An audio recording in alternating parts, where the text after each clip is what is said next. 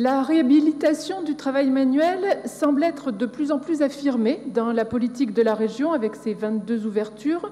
Toutefois, elle a encore plusieurs trains de retard si l'on se compare à nos amis européens.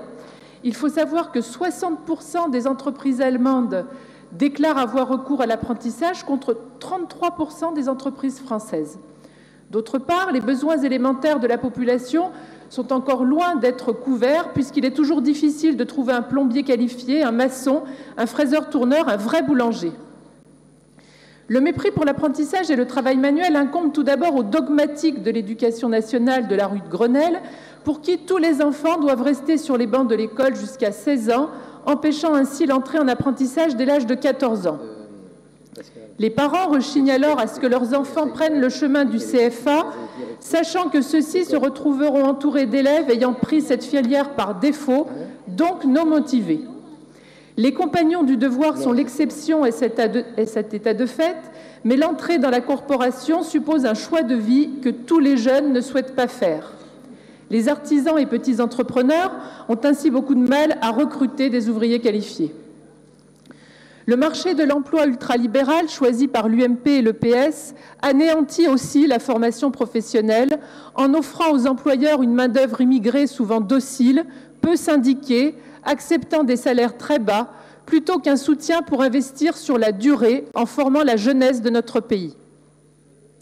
La région doit par conséquent parer à ces défaillances.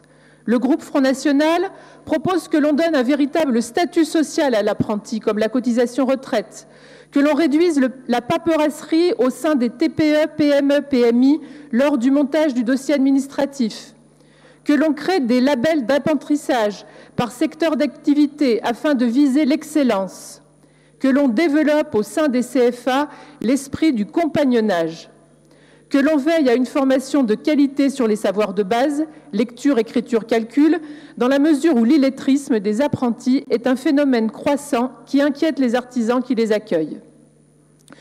Comme ce programme régional d'apprentissage est le point de départ de ce grand chantier qui reste à faire, nous voterons pour, sachant qu'il y va de l'avenir de nos jeunes, de notre identité, de notre dynamisme économique et social.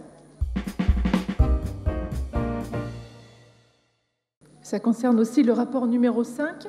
Monsieur le Président, chers collègues, vous l'aurez compris lors de mon intervention précédente, les vrais emplois d'avenir dans la région sont de notre point de vue les emplois d'ouvriers, d'artisans qualifiés formés dans nos CFA. Le groupe Front National s'oppose à ce que la lutte contre le chômage se résume à une politique de subvention de l'emploi par l'État. Selon les termes employés dans ce rapport, l'ambition des emplois d'avenir consiste à donner une issue à une attente essentielle de la jeunesse, à savoir l'accès à un emploi, en signant des contrats à durée déterminée avec des collectivités territoriales et des structures du secteur non marchand. Monsieur le Président, les jeunes ne demandent pas à être assistés. Ils veulent un emploi durable, utile, dont ils pourraient être fiers. La lutte contre le chômage doit se faire par la réindustrialisation de notre pays, par le soutien aux PME, aux artisans qui sont les premiers créateurs d'emplois en France. L'artisanat a créé 430 000 emplois salariés en 7 ans, soit 25% du total des emplois créés en France. C'est donc bien la politique de réhabilitation du travail manuel et de l'apprentissage que vous avez amorcée dans le programme 2013-2014 qu'il s'agit de renforcer, et non la formation aux activités non productives que vous préconisez dans ce rapport. Le groupe Front National s'abstiendra par conséquent sur cette délibération.